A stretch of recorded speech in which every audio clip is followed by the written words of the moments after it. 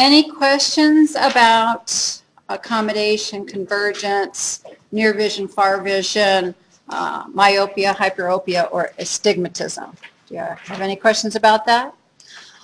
I want to ask you a question about the globe itself in the case of emmetropia. If we made the lens too fat, what would happen to the focal point if it was fatter than it could actually be, if we made it fatter than normal? It would be actually in front of the macula lutea and fovea centralis. So what would that do to your vision then? It would blur it. Sometimes people put on other people's glasses, and that's one of the reasons for that blurring of the vision.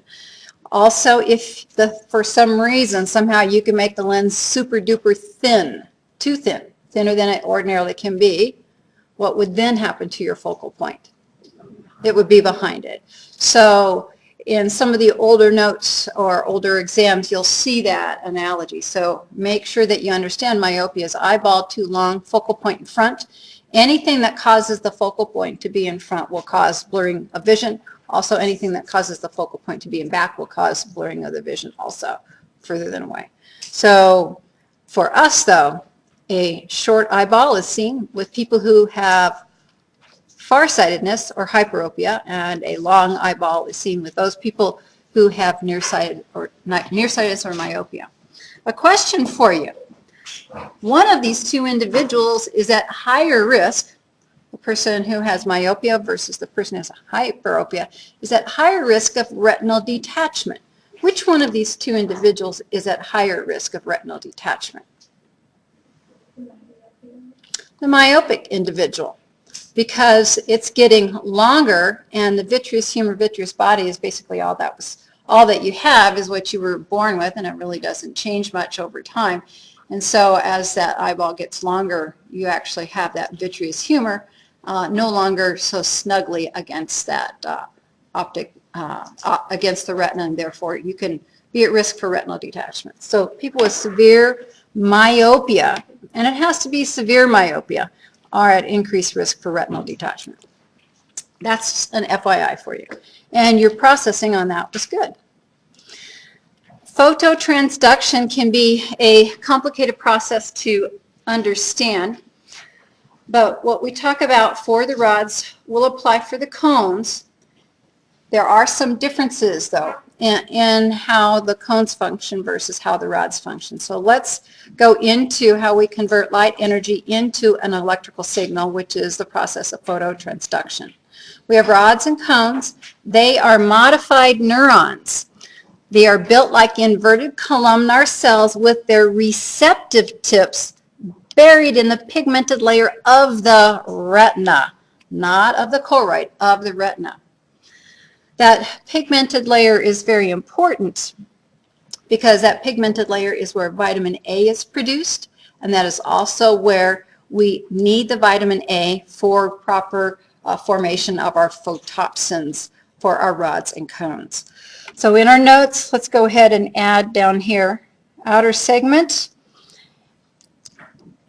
is the area of our rods or cones that are embedded in the pigmented layer.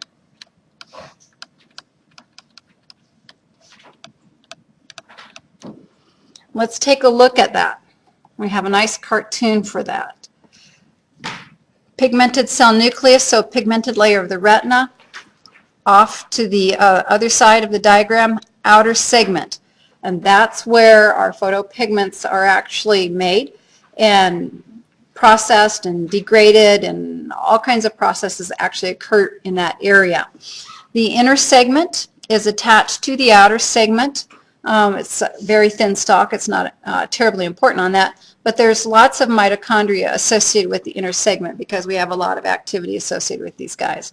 Cell bodies are what you guys actually see when you take a look at the histology of the retina. So you're able to easily identify the rod cone area by all of those nuclei of the cell bodies. And then, of course, we have the synaptic terminals that synapse with what's the next cell line that they actually synapse with. You guys remember? It's our bipolar cells. And then the bipolar cells will synapse with our ganglion cells. And then the axons of the ganglion cells are running over the surface of the retina to converge at the optic disc, which is where we actually have no photoreceptors because everything is converging there. Let's read a little bit of notes about our rods and cones, and then we'll talk about more about the retinol. Rods, more numerous than cones, primarily located within the periphery of the retina. So as you go towards the macula lutea, you'll start to experience cones, but that's what it's still the land of rods. They are specialized for dim light or night vision.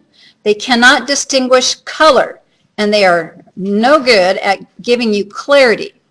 So they're not designed for clarity. They are designed for night vision, survival, and letting you know essentially what's around you coming at you, for example.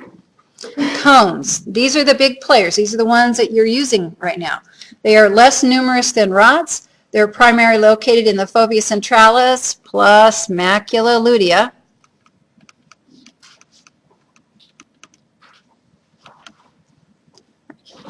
I'll just say macula.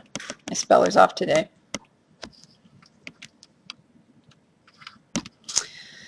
They respond to stimulation by bright light. What's important here is the stimulus. Bright light for cones and dim light for rods. So rods are super sensitive to light. So a little bit goes a long way. Cones are not sensitive to light. They're not super sensitive, and they need a fair amount of light for activation. So big difference. Rods, a little light goes a long way. Cones, we need to turn up the volume in order to actually get them to respond. Cones provide color vision and clarity or sharpness, and we will have blue, green, or red cones. So all of our color vision that you actually see right now, the pink shirt that I'm wearing or pink jacket that I'm wearing and shirt and all that is just provided to you by 3 types of photoreceptor cells. So it's like taste and smell. You have a certain limited number, but it's the amount of activation and then the amount of addition or subtraction, however you want to look at it, as to whether you have all cones activated and then start pulling out some cones, which will give you certain colors that you actually experience. So it's fascinating that the mirrored colors that we experience are only actually manipulated or adjusted by 3 different types of photoreceptors, giving us all this visual fun to look at. Going back up to the notes about retinol. Retinol is made from vitamin A.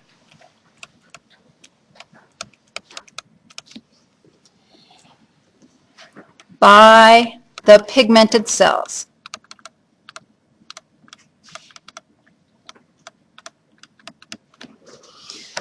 So it is the part that is responsible for absorbing light plus the opsins, 1 for rods and 3 for cones. So it says 4 light-sensitive photopigments. Rods have 1 opsin. Cones have 3 opsins.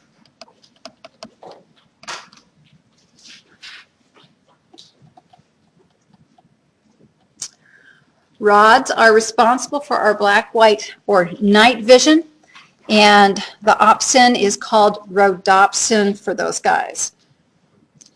It is sensitive to low light levels.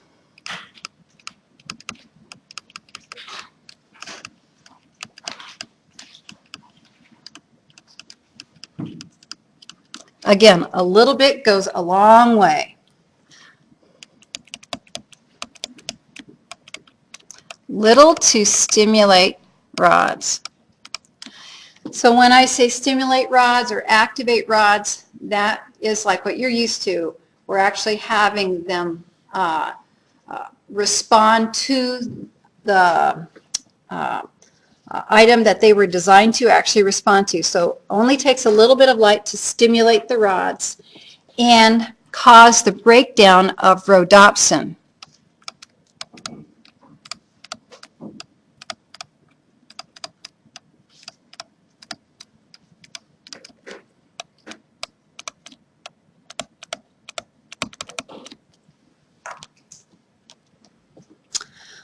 Our rods, as noted previously, highest concentration at the periphery of the retina, none in fovea,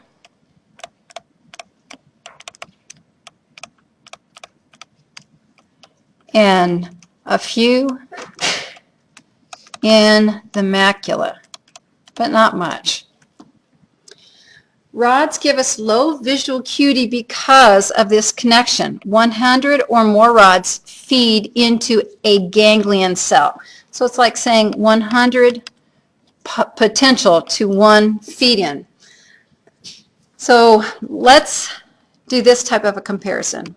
We have this big area full of rods, and they're going to feed in or activate 1 ganglion cell. This ganglion cell is going to send this information to 1 spot in the brain. So if you have a whole bunch of rods required to, a big area required to give you this 1 little piece of information, or if you're activating a few different rods in this area, something over here versus something over here versus something over here, and they all feed that information into that ganglion cell, is it going to be as good as 1 cone to 1 ganglion cell? Is the information going to be as discrete or as discriminatory if you have this big area of rods feeding into 1 ganglion cell, or for you this 1 small area of cones feeding into this 1 ganglion cell? Which is going to give you more discriminatory information? The 1-to-1. And so that's one of the reasons why rods do not give us that clarity, because their system is not designed for that 1-to-1 connection. It's many to this 1 feeding into the brain and giving that information to you. So 100 or more rods into each ganglion cell, large area to stimulate with only 1 output is essentially what that is. This is interesting about rhodopsin in the dark, rhodopsin in rods. Rods are constantly releasing neurotransmitters when your eyes are closed. Same thing for cones. So our photoreceptors, when you close your eyes, they are constantly releasing a neurotransmitter. That would mean in the way that you are thinking, and all you see is black, right? When you close your eyes, all you see is black. So they're constantly releasing a neurotransmitter that is going to affect the bipolar cells, which of course would then affect the ganglion cells, which would then affect that visual cortex of your brain, which is in the occipital lobe. The thing that's different about this situation is this continuous release of neurotransmitter is not what you're used to thinking. It is the opposite of what you're used to thinking. When we talk about neurotransmitters, what does it always do to the downstream cell, downstream neuron? Stimulates it. Guess what this neurotransmitter does? It inhibits. So this is, because we've talked about there are inhibitory neurotransmitters. That's what they do. When they are not stimulated, they are always pulsing out an inhibitory neurotransmitter. So when you don't stimulate them, they release kind of like a continuous little blip, blip, blip of that inhibitory neurotransmitter.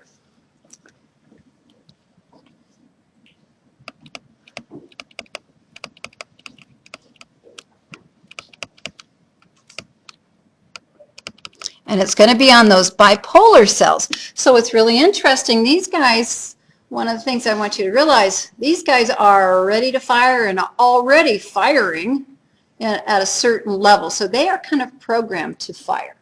Our retina is actually programmed to be very active. So our rods are releasing an inhibitory neurotransmitter on the bipolar cells, which cause them to hyperpolarize.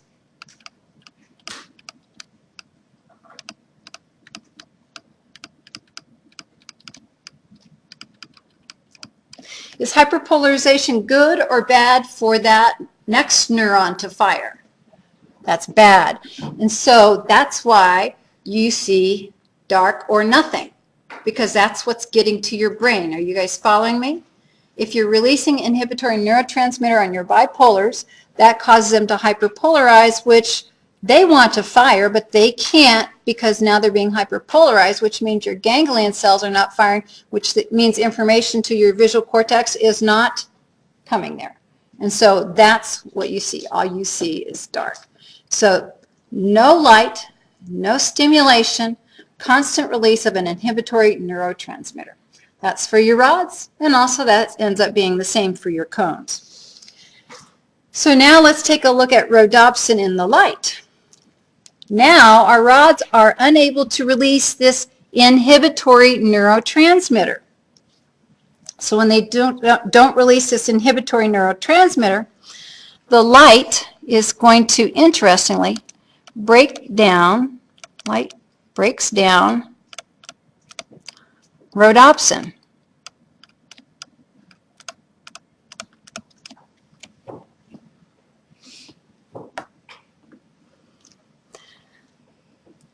And they are very sensitive to light. So light breaks down rhodopsin, causing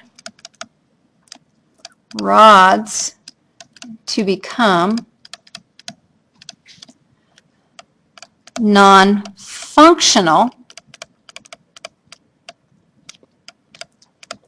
for a period of time.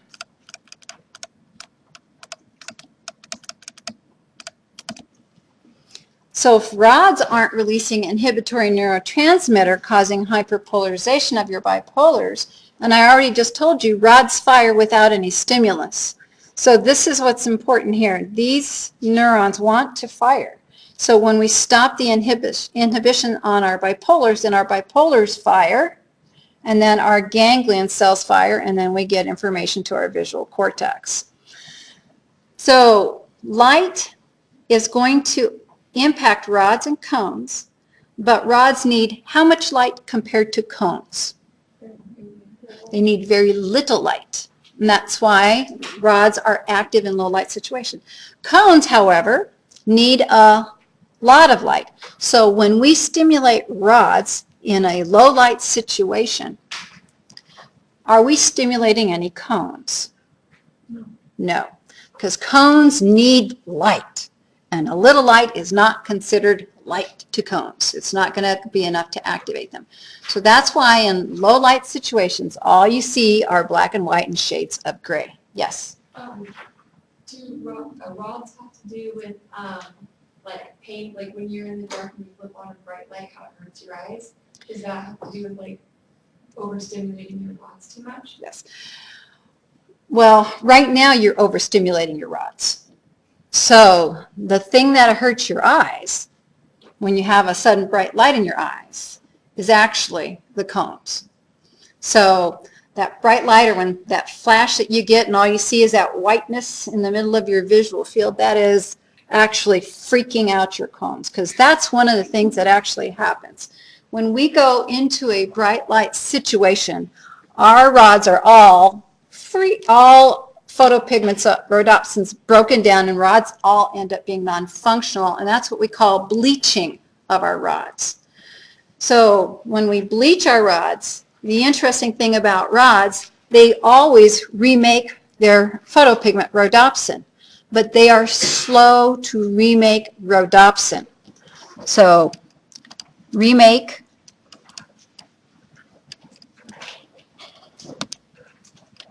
rhodopsin, because of the pigmented layer that they're embedded in, is slow. Difference between rods and cones is A, sensitivity to light, and B, how quickly they remake their photopigment. So rods are super sensitive to light, and so when you go into a well-lit room, rods are all basically broken down, and that process is called bleaching of rods, when you actually cause them all to become non-functional. That's another reason too why when you see all white, you've activated, and that's what I want you to understand. Activation is applying light. So applying light is activation, and when you put a bunch of light on a rods, they all basically break down their photopigment and are bleached and cannot remake them because you continuously are applying that light to them. When you see all white, which is not usual unless, as you talk about, you get this big barrage of intense light to your eyes, you're doing the same thing to cones. The thing about it is you get your color vision back so much faster than you do your night vision.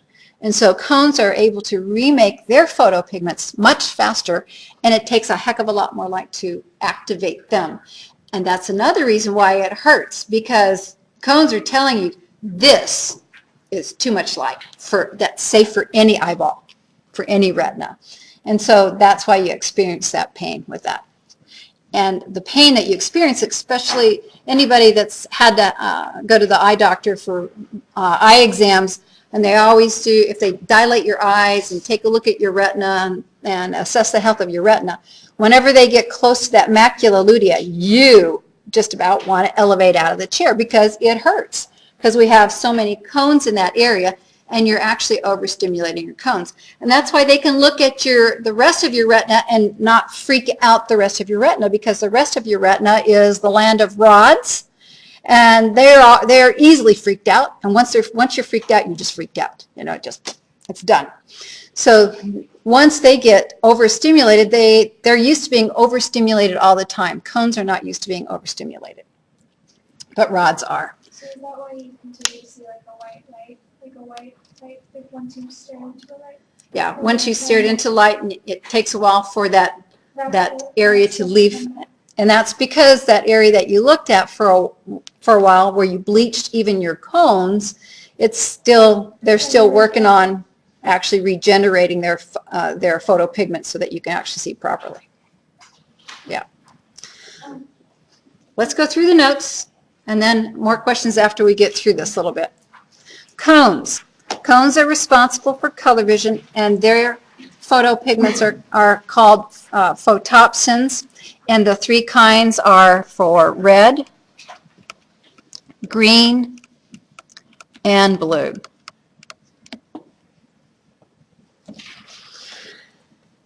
Requires a lot of light to stimulate.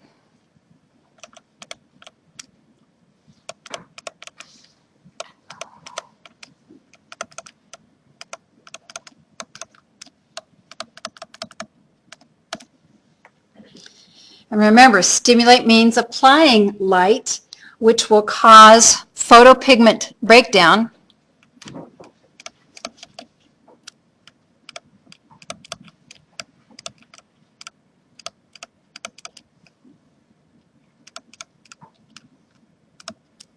Which then causes no more release of an inhibitory neurotransmitter on the bipolar cells, which allows the bipolars to fire, which allows the ganglions to fire, which allows the information to get to our visual cortex and the occipital lobe. So photopigment breakdown, no more inhibitory neurotransmitter release.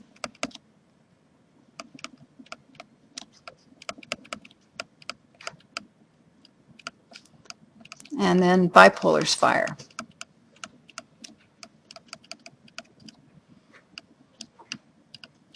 Ganglions, and then visual cortex.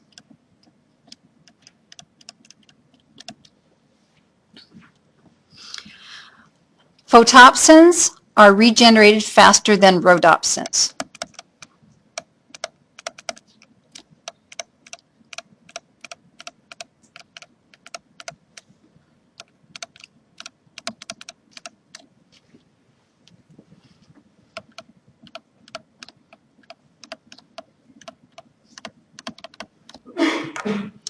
Again, we are able to get high visual acuity as to one cone will feed into a single ganglion cell.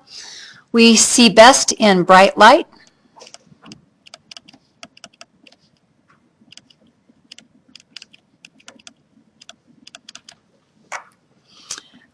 And also when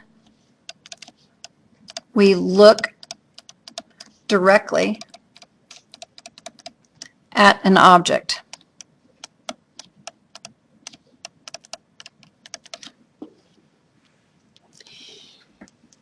If we are in dim light,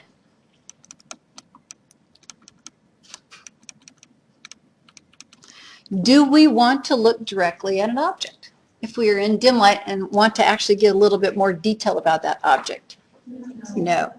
Yeah, because if we look directly, we're putting everything onto the fovea centralis and macula lutea, correct? And there are hardly any rods there. So we need to look at an object that, if we're in dim light, we need to not look at it straight on, just a little bit off to the side, and then we'll actually have some clarity, but you have to realize it's in relationship to the clarity that we get with cones, we won't have the clarity that whenever we are actually using our rods. So if in dim light, best to look at object, best to not look at object, best to not look at object straight on. A little bit off to the side. Generating an image. When we stimulate all photoreceptors, all we see is white. So remember, no release of any inhibitory neurotransmitters, so therefore they're all firing and all that information goes to the visual cortex. All opsins are broken down. When we have all opsin, like all rhodopsins broken down, it's called being bleached. And that's what happens whenever we get into a lighted room. We bleach our rods right away. If you stimulate all photoreceptors, though, including your cones, which is exceedingly bright light, they also end up getting bleached. If we stimulate no photoreceptors, all we see is black. In other words, that word applying light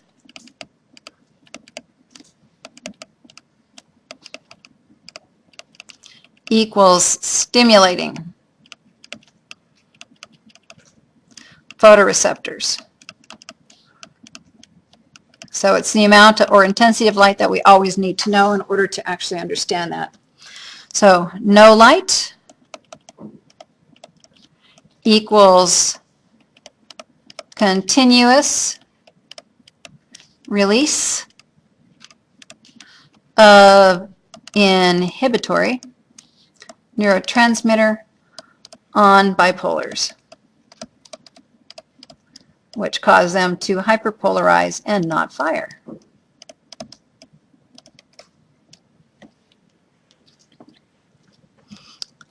So no stimulus to the brain, dark black. Light and dark adaptation or adaption. Light adaptation, remember, we get used to something, so light adaptation means going from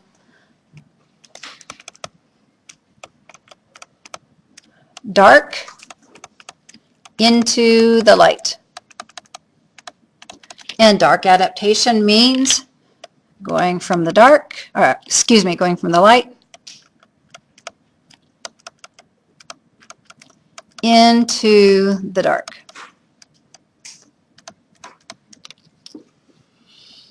Which one occurs faster, do you suppose? Light. That's right. Takes a while to go from a lighted room, a very well lit room, into a very dark room.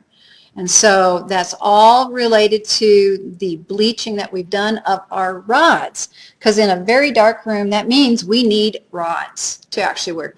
Cones won't work for us. We need rods. And it takes a while for them to regenerate their photopigments. And so therefore those photoreceptors are non-functional. And so we cannot appreciate the situation until they regenerate enough photopigments. And going into that dark room, because of this photopigment process, it takes us about 20 to 30 minutes, depending upon the individual, to dark adapt.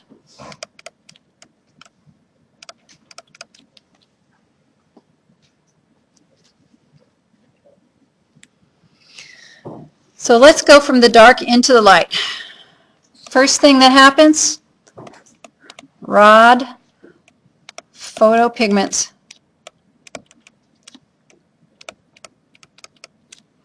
degrade or broken down and have problems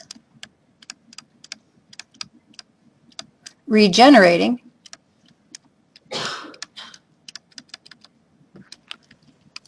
as long as we're in a well-lit room.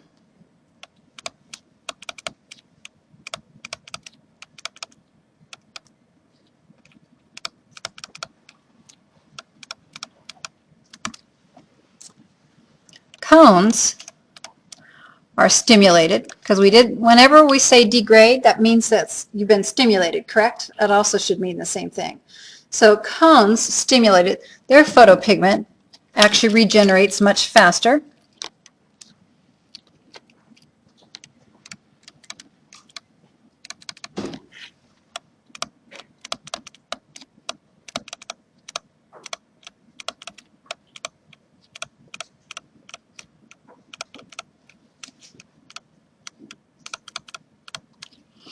And so we are able to then appreciate the various mirrored colors because of this faster regeneration that actually occurs.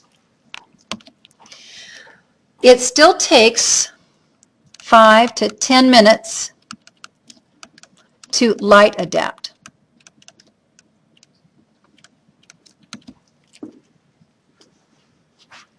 So in other words, it's telling you that when you go from a dark room into a very light or well-lit environment, like outside, it might hurt your eyes a little bit, but after a while, those cones will get used to that intensity of light that's in that environment and up their game in their regeneration of their photopigments. And so they're able to actually function well. And that's a little bit of the interesting thing about our sensory nervous system. We can actually adjust what I call our sensitivity, and cones are able to adjust their sensitivity to light, but it still takes them 5 to 10 minutes to do it. And it's always dependent upon that individual. When we go into light, we lose sensitivity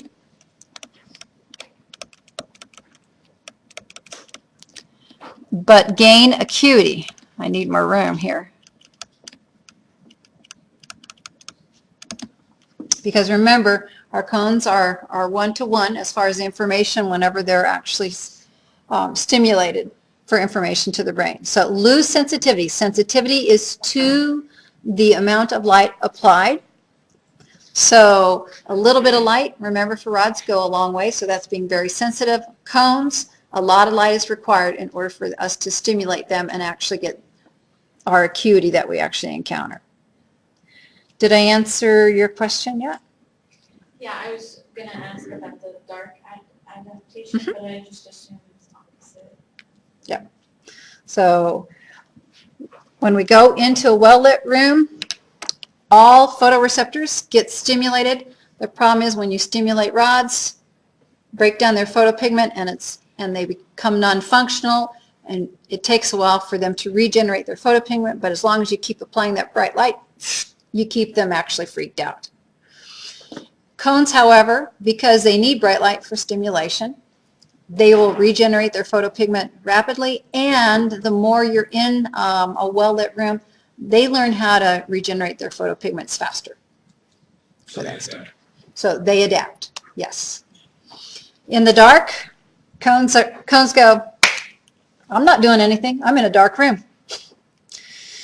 You're not giving me enough light to actually stimulate me, so I'm not doing anything.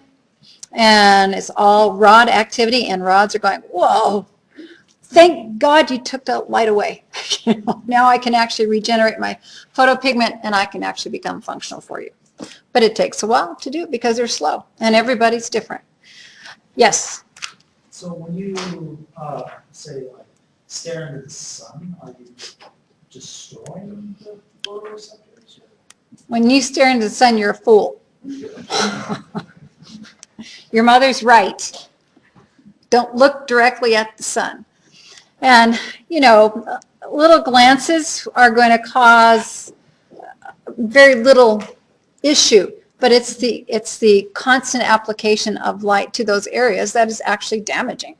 So yes, staring straight on into a bright light is bad for you, and that's another reason why it hurts, you know, when you have bright light applied to your eyes. A question for you guys with macular degeneration. You've heard of that, yes? So the area that's affected is the macula lutea.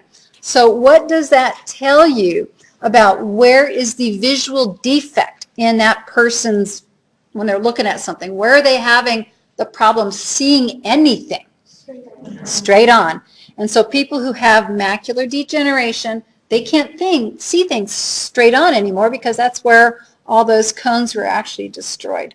And so they still can experience the world, but in a brightly lit aspect, it's not too terribly pleasant because they're having rod malfunction. And so they always look at things, they always see best in a less well-lit room, and always looking at things a little bit off to the side, not straight on. Yes? During migraines, do your rods become more sensitive, or is that a brain thing? During migraines, that's strictly a brain thing. Yeah. Some people will see stars and stuff like that, and that's just different areas of the visual cortex being stimulated by the migraine.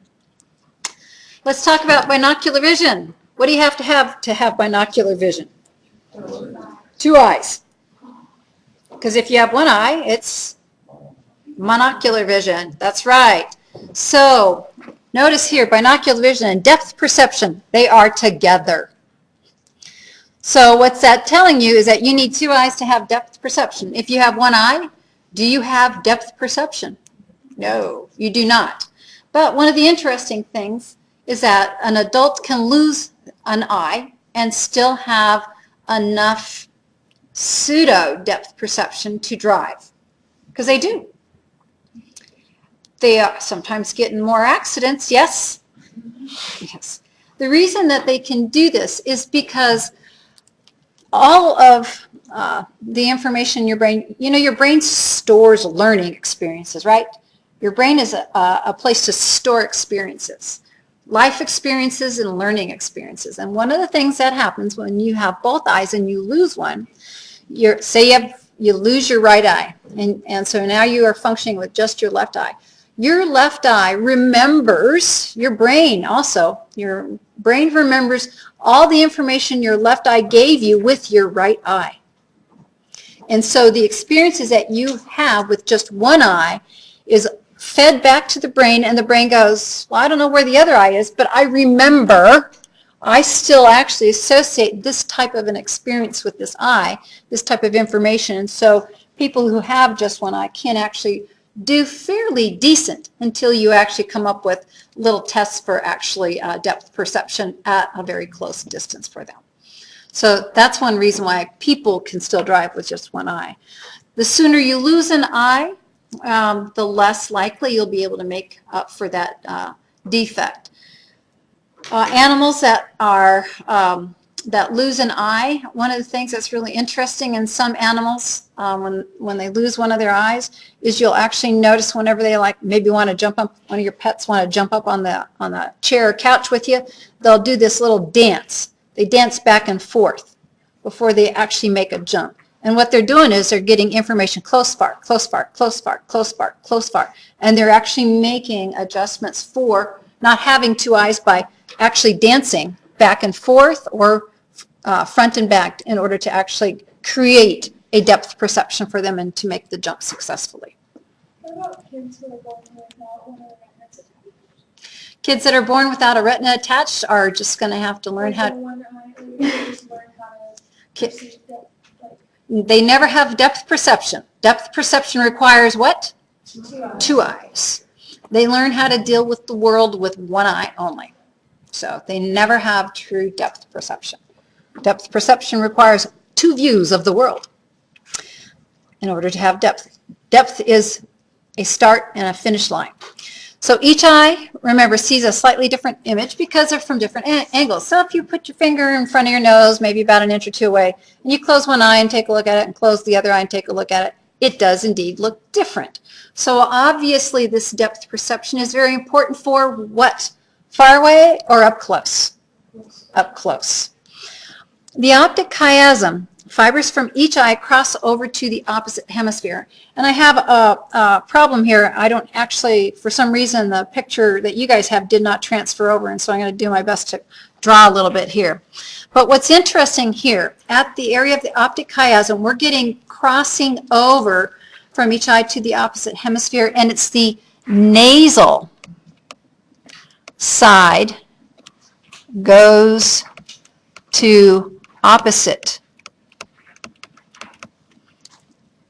hemisphere.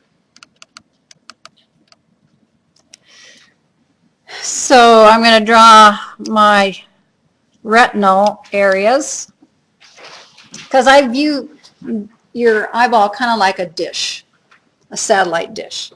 And here's the feed going to the optic chiasm from each, and then we'll have our optic tracts going back to the visual cortex. So obviously this is my BS, blind spot. But what's important for you to realize is that this information that is being collected on the retina laterally goes to that hemisphere of the visual cortex and synapses.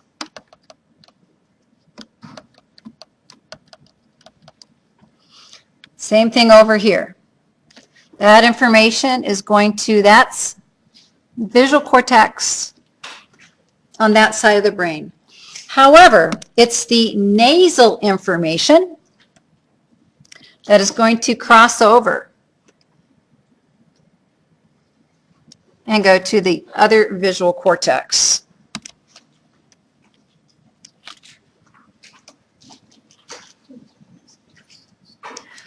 This is another reason why we need two eyes, because this is saying with one eye, if you eliminate one eye, you are eliminating some of the information that that visual cortex receives.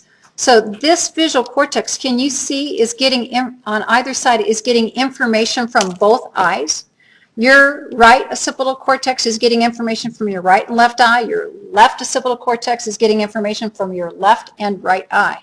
This is one reason why blind spots exist and we are unaware of them. Because whenever we hit the blind spot in one area, for example, if the object is here and it's hitting our blind spot here, it's not hitting the blind spot on the other side. You guys see this? And so the information is sent to your visual cortex telling you that that something is there and how to respond to it based upon your past experiences. So your little chart there is meant to show you, based upon where the object is in your visual field, it will be sending information to both sides of the brain unless it's hitting your blind spot. And it actually shows things for right up close too, where that information is going to have to enter in here, and if it's going in there, it's actually going to also hit in this area too. So we'll get all kinds of information.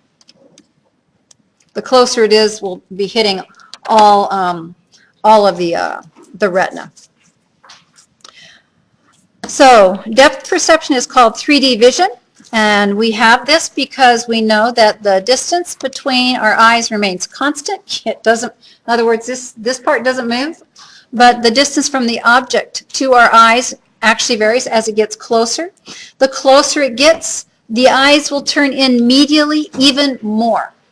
So that convergence of our eyes, the more we actually contract which muscle for convergence? Medial rectus. The more we contract it, the more we know we are contracting it. So do we know it's closer or further away? Closer. So the amount of contraction that we apply to our medial rectus tells us how close an object is to us. And this is why the brain can use that information on how to calculate the distance from this. So it's the amount of convergence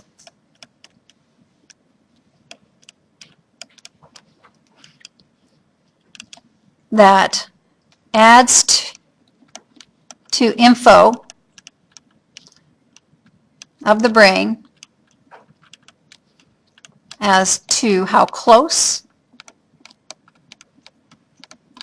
an object is.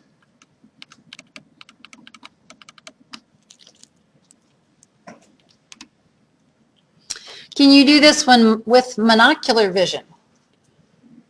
Get all of this information? No. And so if you're born with just one functional eye, you learn to adapt to the situation. But for true depth perception, you actually have to have information from both eyes. That's the end of this information on the eye. We'll get into the ear, hearing, and balance with our next lecture.